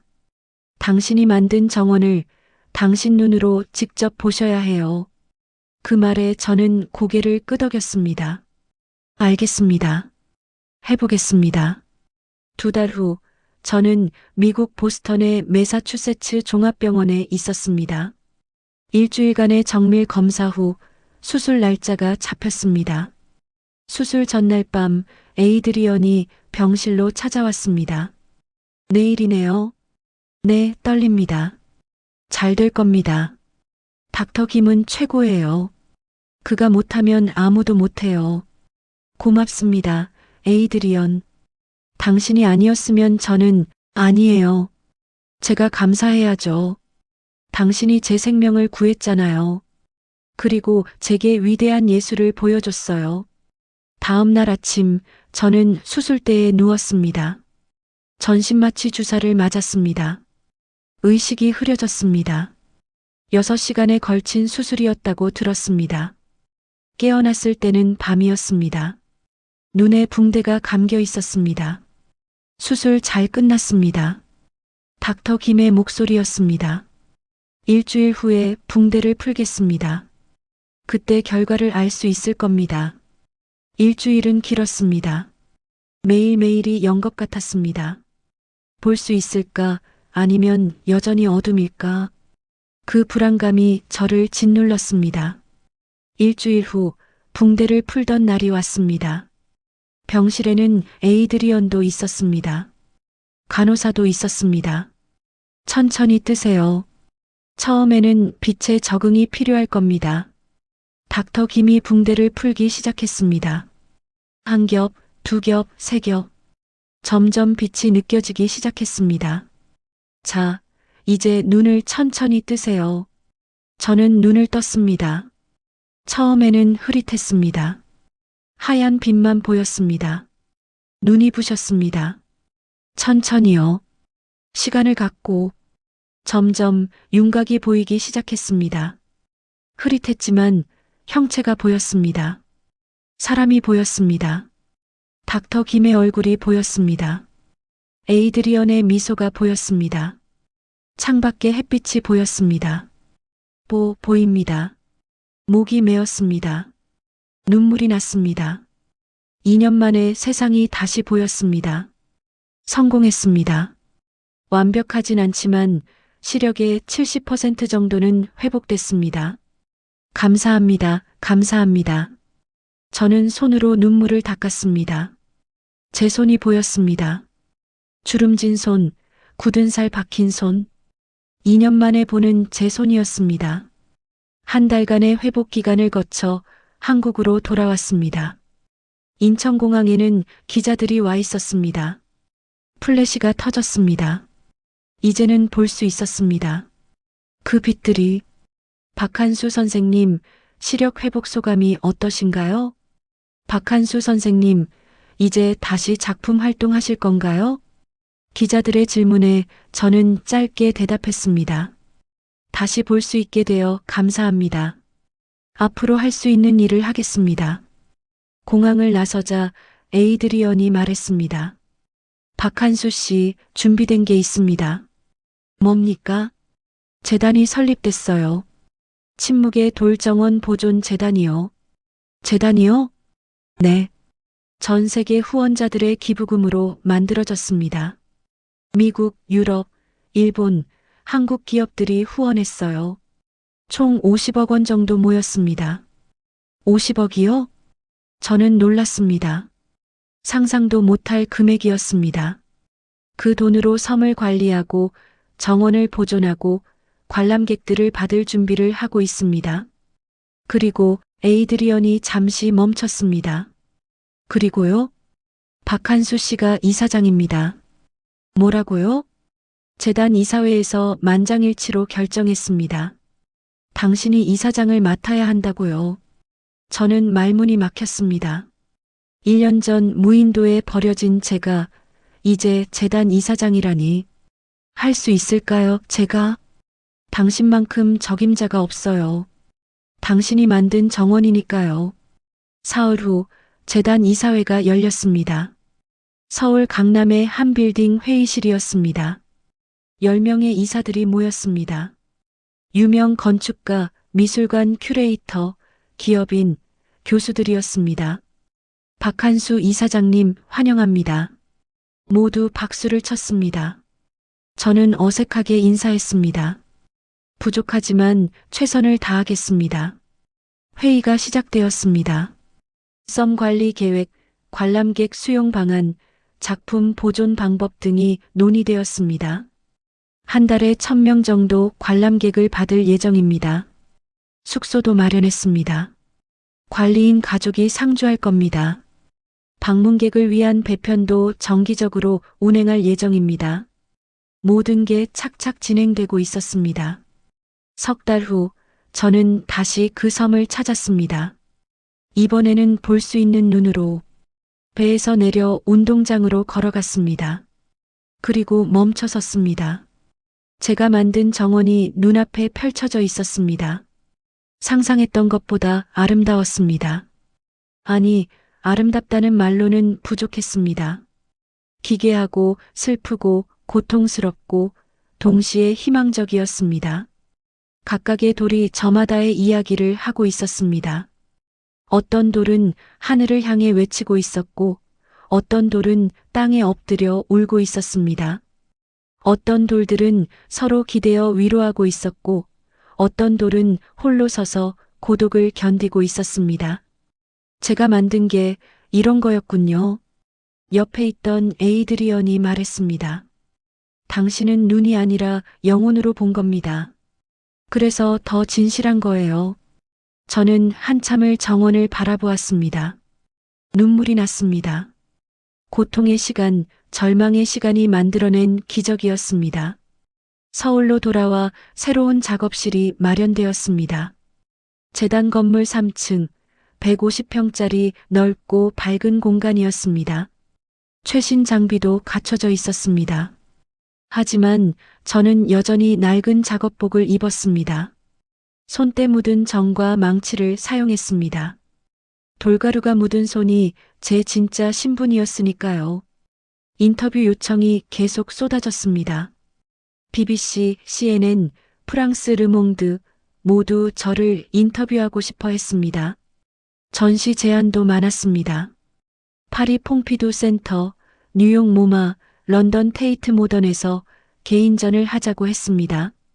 하지만 저는 대부분 거절했습니다. 그저 조용히 돌을 깎고 싶었습니다. 1년이 지났습니다. 재단은 안정적으로 운영되었습니다. 섬은 예술 성지가 되었습니다. 전 세계에서 예술가들이 찾아왔습니다. 저는 다시 작품 활동을 시작했습니다. 이번에는 볼 수 있는 눈과 느낄 수 있는 손, 둘 다로 새로운 작품들이 탄생했습니다. 이전과는 다른 하지만 여전히 제 영혼이 담긴 작품들이었습니다. 어느 가을날 재단 사무실로 전화가 왔습니다. 이사장님, 방문객이 오셨습니다. 누구요? 약속 없는데. 박상준 씨와 그 부인이라고 합니다. 그 이름을 듣는 순간 제 손이 떨렸습니다. 쥐고 있던 정이 바닥에 떨어졌습니다. 땡그랑 소리가 작업실에 울렸습니다. 아들이었습니다. 저를 버린 그 아들이 2년 만에 다시 나타났습니다. 상준이와 며느리는 초라했습니다. 작업실 문 앞에 선 두 사람을 보는 순간 저는 모든 것을 알 수 있었습니다. 정장 대신 낡은 청바지와 후드티를 입고 있었고 얼굴은 수척했으며 눈빛은 불안하게 흔들렸습니다. 명품 가방을 들고 다니던 며느리는 헌 청가방을 메고 있었고 늘 말쑥했던 상준이는 며칠 면도를 안 한 듯 수염이 자라 있었습니다. 예전에 그 오만한 모습은 어디에도 없었습니다. 저는 작업실 문 앞에 서서 두 사람을 바라보았습니다. 말이 나오지 않았습니다. 2년 동안 수도 없이 상상했던 순간이었습니다. 아들을 다시 만나면 뭐라고 말할까? 욕을 할까? 울까? 때릴까? 하지만 막상 마주하니 아무 말도 나오지 않았습니다. 상준이가 먼저 입을 열었습니다. 아버지, 그 한마디에 목이 메었습니다. 며느리는 고개를 숙인 채 몸을 떨고 있었습니다. 들어오지 그래. 저는 차갑게 말했습니다. 두 사람은 조심스럽게 작업실로 들어왔습니다. 발걸음이 무거웠습니다. 작업대 옆에 의자가 몇 개 있었지만 저는 앉으라는 말을 하지 않았습니다. 두 사람도 서 있었습니다. 무슨 일로 왔느냐? 아버지, 저희, 상준이의 목소리가 떨렸습니다. 잘못했습니다. 그리고 갑자기 무릎을 꿇었습니다. 쿵 소리가 났습니다. 콘크리트 바닥이라 아팠을 것입니다. 며느리도 따라 무릎을 꿇었습니다. 용서해 주세요. 정말 잘못했습니다. 눈물이 주르르 흘렀습니다. 상준이는 바닥에 이마를 찧었습니다. 쿵, 쿵, 쿵. 3번 절을 했습니다. 죽을 죄를 지었습니다. 아버지, 며느리도 울기 시작했습니다. 화장기 없는 얼굴에 눈물 자국이 선명했습니다. 저는 그 모습을 내려다보았습니다. 분노가 치밀어 올랐습니다. 동시에 슬픔도 밀려왔습니다. 저 사람들이 제 아들이고 며느리라는 사실이 더 아팠습니다. 너희들이 날 어디에 버렸는지 아느냐? 상준이가 고개를 들었습니다. 얼굴이 눈물범벅이었습니다. 알고 있습니다. 죄송합니다. 전기도 물도 없는 폐교에 눈먼 노인을 혼자 버렸다. 너희가 한 짓이 그거다. 아버지, 너희들은 그 섬에서 내가 얼마나 고생했는지 아느냐? 풀을 뜯어먹고 조개를 주워 먹고 빗물을 마시고 매일 죽을까 두려워하며 살았다. 상준이는 대답하지 못했습니다. 그저 고개를 숙이고 울기만 했습니다. 내가 죽길 바랐느냐? 그래서 그렇게 버린 거냐? 아닙니다, 아버지. 그냥 돈이 필요했어요. 정신이 없었어요. 가상화폐 거래소가 망하고 빚이 40억이 넘었어요. 채권자들이 매일 찾아와서 협박하고 저희를 죽이겠다고 했어요. 그래서 아버지를 버린 거냐? 잘못했습니다. 변명의 여지가 없습니다. 며느리도 떨리는 목소리로 말했습니다. 아버님, 죄송합니다. 정말 죄송합니다. 제가 말렸어야 했는데 오히려 부추겼어요. 제 욕심 때문이었어요. 명품 가방 사고 고급 레스토랑 다니고 친구들한테 자랑하고 싶었어요. 그래서 시아버지를 섬에 버렸다. 그 말이지. 용서해 주세요. 제발요. 두 사람은 계속 울었습니다. 한참 동안 작업실에는 울음소리만 가득했습니다. 저는 창문 쪽으로 걸어가 밖을 바라보았습니다. 가을 하늘이 맑았습니다. 구름 한 점 없었습니다. 재산은 다 어디 갔느냐? 다 날렸어요. 빚 갚느라 변호사 비용으로 다 없어졌어요. 집도 팔렸고 차도 압류당했어요. 그래서 이제 와서 용서를 빌러 온 거냐? 아닙니다, 아버지. 용서받을 자격도 없다는 거 압니다. 그냥 죄송하다는 말씀 드리고 싶었어요. 뉴스에서 아버지 보도 나오는 걸 봤어요. 섬에서 만든 정원, 세계적인 예술가가 되신 거. 그걸 보고 저희가 얼마나 큰 죄를 지었는지 깨달았어요. 이제야 깨달았다? 죄송합니다. 저는 한참을 서 있다가 작업실 구석으로 걸어갔습니다. 도구들이 걸려있는 벽이었습니다. 그리고 무언가를 집어왔습니다. 무거운 정, 그리고 커다란 망치. 10kg은 좋게 나가는 도구들이었습니다. 상준이와 며느리는 겁먹은 얼굴로 저를 바라보았습니다. 혹시 때리려는 건가 싶었을 것입니다. 아버지, 저는 2개의 도구를 바닥에 내려놓았습니다. 땡그랑 소리가 컸습니다. 이거 들어라. 네. 돌부터 깎아라. 상준이는 어리둥절한 표정을 지었습니다. 며느리도 마찬가지였습니다. 무슨 말씀이세요? 돈은 안 줄 거냐? 용서는 안 해줄 거냐?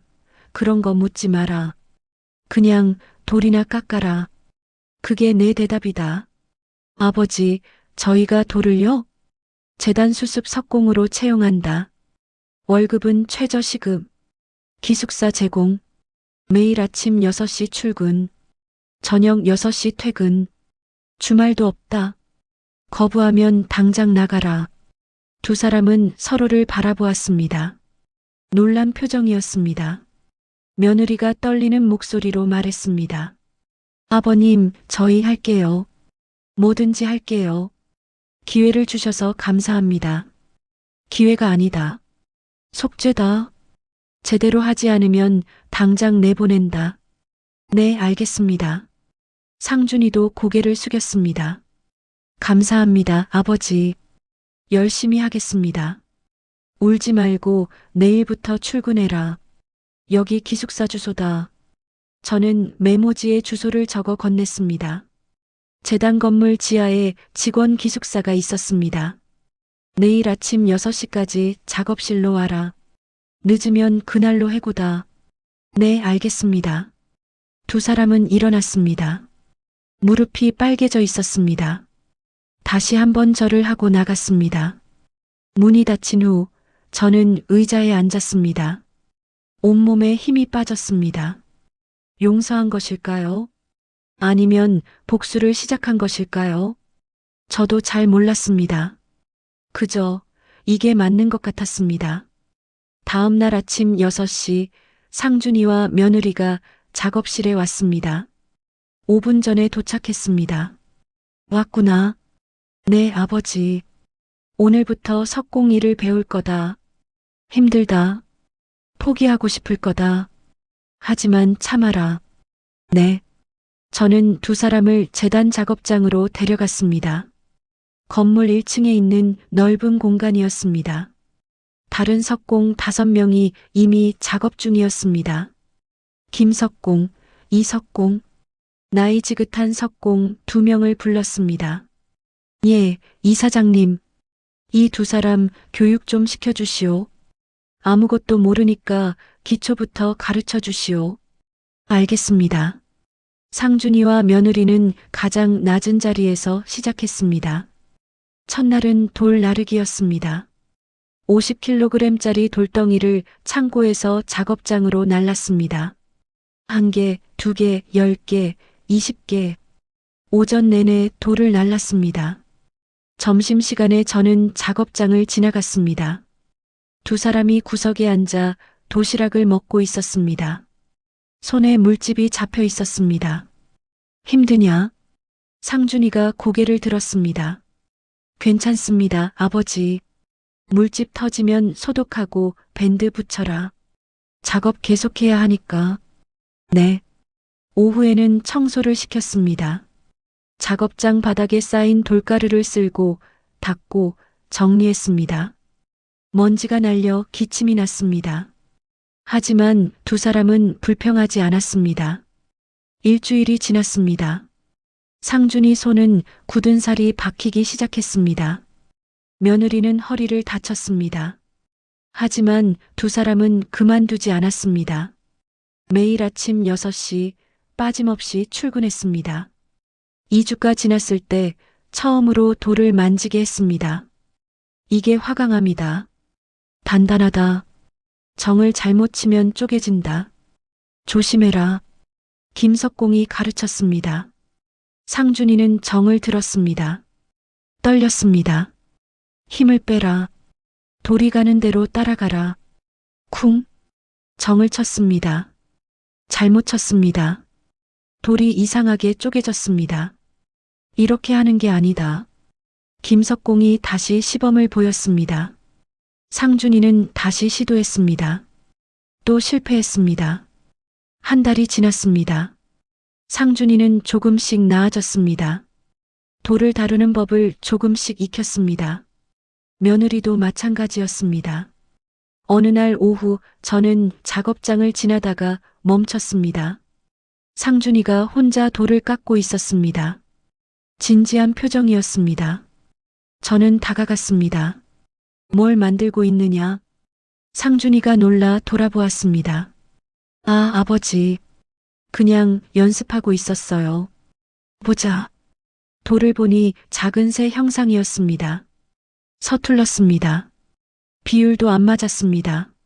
하지만 정성은 느껴졌습니다. 이렇게 하는 게 아니다. 저는 상준이 손에서 정을 받았습니다. 그리고 직접 시범을 보였습니다. 결을 읽어라. 돌이 어디로 가고 싶어 하는지, 내가 만들고 싶은 대로가 아니라 돌이 되고 싶어 하는 대로. 쿵, 쿵, 쿵. 정을 몇 번 치니 새의 날개가 선명해졌습니다. 이렇게 하는 거다. 상준이는 눈을 크게 뜨고 보았습니다. 아버지, 내가 직접 해봐라. 정을 다시 건넸습니다. 상준이는 떨리는 손으로 정을 잡았습니다. 그리고 조심스럽게 쳤습니다. 이번에는 나았습니다. 확실히 나아졌습니다. 그래, 그렇게 하는 거다. 상준이의 눈에 눈물이 고였습니다. 아버지, 저 울지 말고 깎아라. 돌은 눈물로 깎는 게 아니다. 네. 그날 이후 저는 가끔 두 사람을 가르쳤습니다. 말은 적었습니다. 하지만 손으로 보여주었습니다. 돌을 어떻게 대하는지, 정을 어떻게 다루는지, 인내가 무엇인지, 겸손이 무엇인지. 석 달이 지났을 때 상준이가 처음으로 작품 하나를 완성했습니다. 손바닥만 한 세 조각이었습니다. 여전히 서툴렀지만 생명력은 있었습니다. 아버지, 이거. 상준이가 조심스럽게 내밀었습니다. 드리고 싶어요. 받아주세요. 저는 그 조각을 받았습니다. 손으로 만져보았습니다. 거칠었습니다. 미숙했습니다. 하지만 따뜻했습니다. 책상에 둬라. 내 작업실에.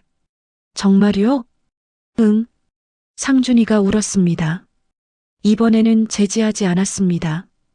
그것은 용서도 복수도 아니었습니다. 그저 깎는 것이었습니다. 사람을 돌처럼, 단단한 오만을, 차가운 탐욕을 조금씩 천천히. 6개월이 지났습니다. 상준이와 며느리는 이제 제법 돌을 다룰 줄 알았습니다. 손에 박힌 굳은 살은 석공의 증표였고 허리의 통증은 노동의 훈장이었습니다. 그 모든 것이 그들을 바꿔놓았습니다. 아침 5시면 일어나 기숙사 방을 정리했고 6시 전에 작업장에 도착했습니다. 제일 먼저 와서 작업장 문을 열고 환기를 시키고 도구들을 점검했습니다. 다른 석공들이 오기 전에 이미 하루를 시작했습니다. 어느 날 아침 저는 작업실에 일찍 나갔습니다. 새벽 5시였습니다. 그런데 이미 누군가 와 있었습니다. 불빛이 보였습니다. 문을 열고 들어가니 상준이었습니다. 혼자 돌을 깎고 있었습니다. 땀이 뚝뚝 떨어졌지만 손은 멈추지 않았습니다. 집중하는 모습이었습니다. 저는 말없이 그 모습을 지켜보았습니다. 5분쯤 지나서 조용히 다가갔습니다. 일찍 왔구나. 상준이는 놀라 돌아보았습니다. 정을 떨어뜨릴 뻔했습니다. 아, 아버지. 죄송합니다. 허락도 없이. 괜찮다. 계속해라. 네. 저는 옆에 의자를 끌어다 앉았습니다. 상준이는 다시 돌을 깎기 시작했습니다. 이전보다 훨씬 안정적이었습니다. 손놀림도 자연스러웠습니다. 1시간쯤 지나서 상준이가 잠시 쉬었습니다. 땀을 닦으며 물을 마셨습니다. 뭘 만들고 있느냐? 비둘기요. 평화의 상징이라고 하잖아요. 왜 비둘기냐? 상준이는 잠시 망설이다가 대답했습니다. 아버지께 평화를 드리고 싶어서요. 제가 깨뜨린 평화를 다시 만들고 싶어서요. 저는 고개를 끄덕였습니다. 그래. 한참 침묵이 흘렀습니다. 밖에서 새들이 지저귀기 시작했습니다. 날이 밝아오고 있었습니다. 아버지. 응? 그때 왜 용서 안 하셨어요? 왜 돈도 안 주시고 그냥 일만 시키셨어요? 저는 잠시 생각했습니다. 사실 저도 정확히 알 수 없었습니다. 본능적으로 그게 맞다고 느꼈을 뿐입니다. 용서는 쉽다. 돈을 주는 것도 쉽다. 하지만 그럼 너는 변하지 않는다. 돌은 쉽게 깎이지 않는다. 단단하고 차갑고 고집스럽다. 사람도 마찬가지다. 특히 탐욕에 물든 사람은 더욱 그렇다. 상준이는 고개를 숙였습니다. 하지만 매일 조금씩 깎으면 언젠가는 형상이 드러난다. 거친 돌덩이가 아름다운 조각이 되듯이 사람도 그렇게 변할 수 있다. 너도 그렇게 되길 바랐다. 아버지, 상준이의 눈에 눈물이 고였습니다. 이제야 알 것 같아요. 아버지가 평생 돌만 깎으신 이유를. 돌은 거짓말하지 않으니까요. 사람처럼 배신하지 않으니까요. 그렇다. 하지만 사람도 변할 수 있다. 돌처럼 깎이면, 고통스럽지만 깎이면, 저 많이 깎였어요. 손도, 몸도, 마음도, 오만함도 깎이고, 욕심도 깎이고, 거짓도 깎였어요. 알고 있다. 그런데 아직도 부족해요. 아직도 아버지께 용서받을 자격이 없는 것 같아요. 저는 상준이의 어깨에 손을 얹었습니다. 용서는 진작했다. 내가 돌을 깎기 시작한 그날, 상준이는 고개를 들었습니다. 눈물 범벅인 얼굴이었습니다. 정말요? 응. 하지만 말하지 않았다. 내가 스스로 깨닫기를 바랐으니까. 용서받았다는 안도감에 다시 나태해질까봐. 아버지, 상준이가 제 손을 잡았습니다. 굳은 살 박힌 손이었습니다. 석공의 손이었습니다. 감사합니다. 정말 감사합니다. 그날 오후 저는 재단 이사회에서 한 가지 제안을 했습니다. 박상준과 그 아내를 정식 석공으로 채용하려 합니다. 이사들이 웅성거렸습니다. 이사장님, 그 두 사람이 이사장님을 버린 압니다. 하지만 6개월간 지켜봤습니다. 변했습니다. 진심으로 뉘우치고 있고 열심히 배우고 있습니다. 하지만 제가 책임지겠습니다. 만약 문제가 생기면 제가 모든 책임을 지겠습니다. 이사회는 결국 승인했습니다. 반대하는 이사도 있었지만 제 의지를 꺾을 수는 없었습니다. 상준이와 며느리에게 소식을 전했을 때 두 사람은 또 울었습니다. 아버지, 감사합니다. 평생 은혜 잊지 않겠습니다. 울지 말고 일해라. 이제 정식 직원이니까 월급도 오르고 사회보험도 들어간다. 네, 열심히 하겠습니다. 1년이 지났습니다. 재단은 새로운 프로젝트를 시작했습니다. 서울 근교 파주에 조각 공원을 만드는 것이었습니다. 3만 평 규모의 큰 프로젝트였습니다. 이사회에서 프로젝트 책임자를 논의했습니다. 경험 있는 건축가를 영입해야 합니다. 예산이 500억인데 신중해야 합니다. 여러 의견이 나왔습니다. 저는 한 가지 제안을 했습니다. 박상준에게 맡기겠습니다. 이사회가 술렁였습니다. 이사장님, 그는 경험이 부족하지 않습니까? 경험은 쌓으면 됩니다. 저는 그의 진심을 믿습니다. 하지만 500억짜리 프로젝트를 제가 옆에서 지도하겠습니다.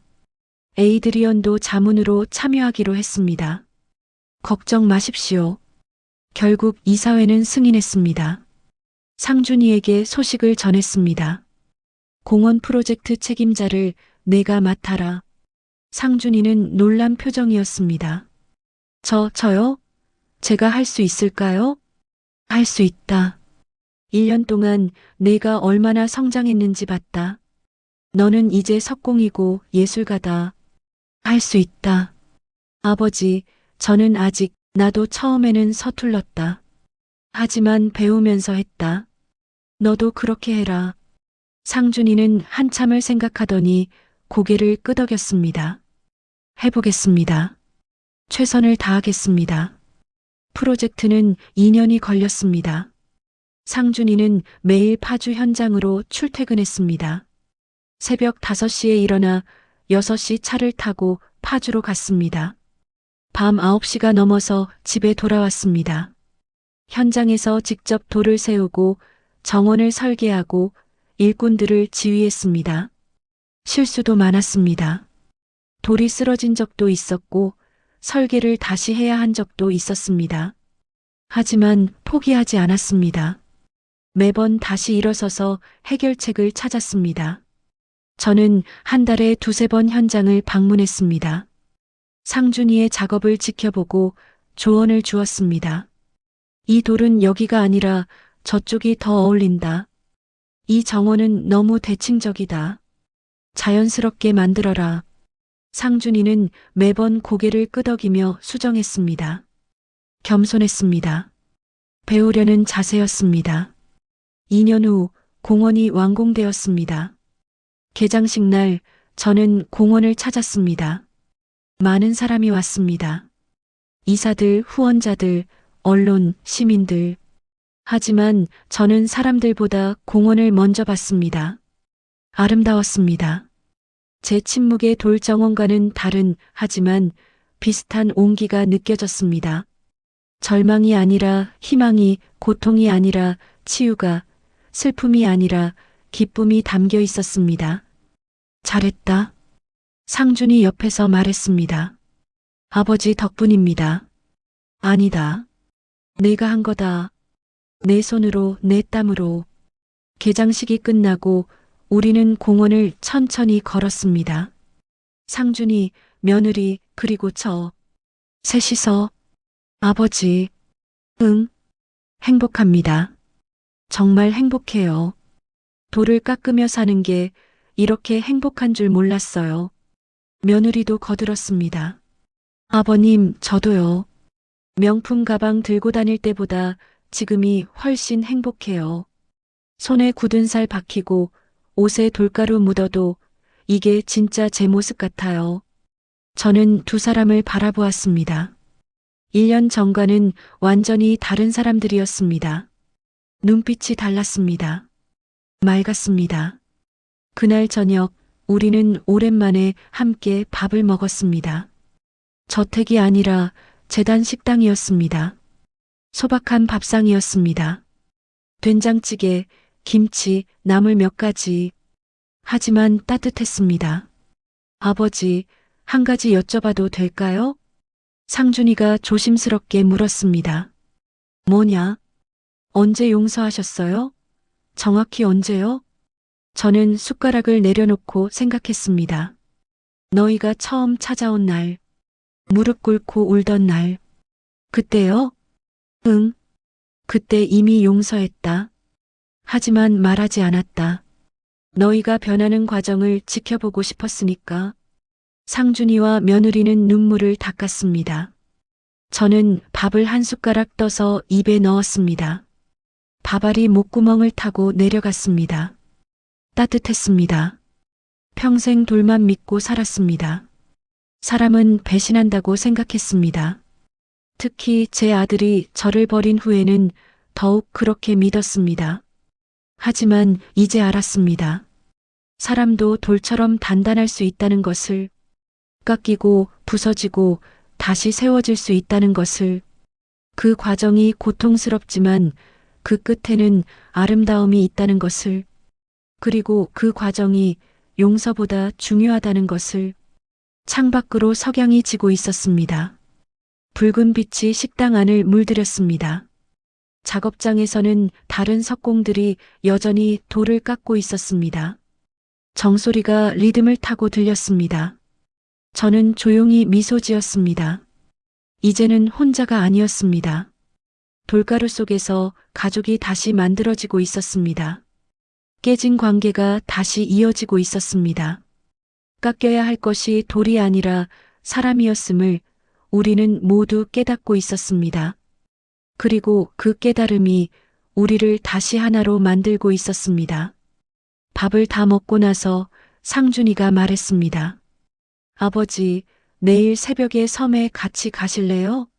정원 보수 작업이 있거든요. 같이 가서 돌 좀 만져보고 싶어요. 그래, 가자. 오랜만에 그 친구들 만나고 싶구나. 며느리도 웃으며 말했습니다. 저도 갈게요. 세 식구가 함께. 세 식구. 그 말이 가슴을 따뜻하게 했습니다. 우리는 함께 일어나 작업장으로 향했습니다. 내일 쓸 도구들을 점검하기 위해서였습니다.